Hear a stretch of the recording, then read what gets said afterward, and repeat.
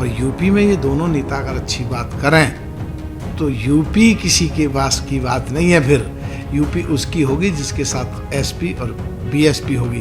अपने 68वें जन्मदिन पर यूपी की सियासत की गेम चेंजर मायावती ने भले ही लोकसभा चुनाव में किसी भी दल से गठबंधन करने से साफ इनकार कर दिया हो, लेकिन अभी भी ये अटकलें लगाई जा रही हैं कि मायावती सपा के साथ एक बार फिर लोकसभा का चुनाव लड़ने का ऐलान कर सकती हैं।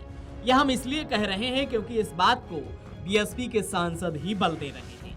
उत्तर प्रदेश के बिजनौर जिले से बीएसपी सांसद मलूक नागर ने बड़ा बयान दिया है। उन्होंने कहा कि यूपी में सपा और बसपा जिसके साथ आ जाए उसकी सरकार बन सकती है। इंडिया गठबंधन को लेकर मलूक नागर ने कहा कि अखिलेश यादव की बात मानकर कांग्रेस को पीएम कैंडिडेट का ऐलान कर देना चाहिए। देखिए, जहाँ तक बात है प्रधानमंत्री बनाने की, तो कांग्रेस को नसीहत लेनी चाहिए और अखिलेश जी की बात को मान करके उनको प्रधानमंत्री का कैंडिडेट डिक्लेयर करना चाहिए। और जो कई हमारे प्रदेशों में विधायक तोड़ के ले गए थे उसके लिए माफ़ी मांग लेनी चाहिए। जहाँ तक बात है दबाव की, दबाव कुछ भी नहीं है, न समाजवादी पार्टी पे है न बसपा पे है।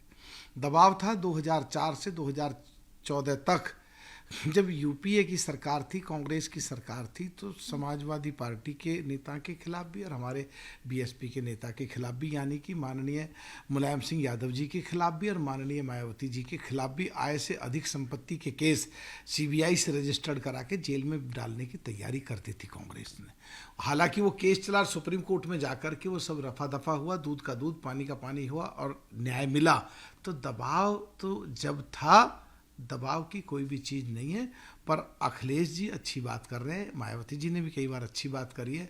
और यूपी में ये दोनों नेता अगर अच्छी बात करें तो यूपी किसी के पास की बात नहीं है। फिर यूपी उसकी होगी जिसके साथ एसपी और बीएसपी होगी, और जिसकी यूपी होगी देश उसका होगा। समाजवादी पार्टी प्रमुख अखिलेश यादव की मायावती पर की गई टिप्पणी पर प्रतिक्रिया देते हुए बसपा नेता मलूक नागर ने कहा कि कांग्रेस को अखिलेश यादव की बात मानकर सीख लेनी चाहिए और प्रधानमंत्री पद का उम्मीदवार घोषित कर देना चाहिए।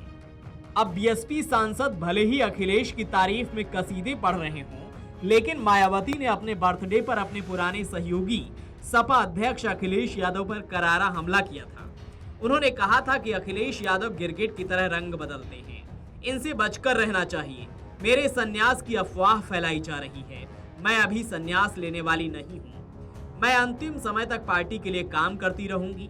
बीते दिनों भी मायावती खुलकर सपा और अखिलेश पर हमलावर नजर आई थी। बता दें कि मायावती के इंडिया गठबंधन में शामिल होने की अटकलें लगाई जा रही थी, लेकिन मायावती ने अपने जन्मदिन के मौके पर इन अटकलों पर विराम लगा दिया, जिसके बाद अब बीएसपी सांसद मलूक नागर के इस बयान के बाद एक बार फिर ये अटकलें लगाई जा रही हैं कि क्या मायावती फिर से यूपी में गठबंधन कर सकती हैं। Video desk अमरउजाला.com।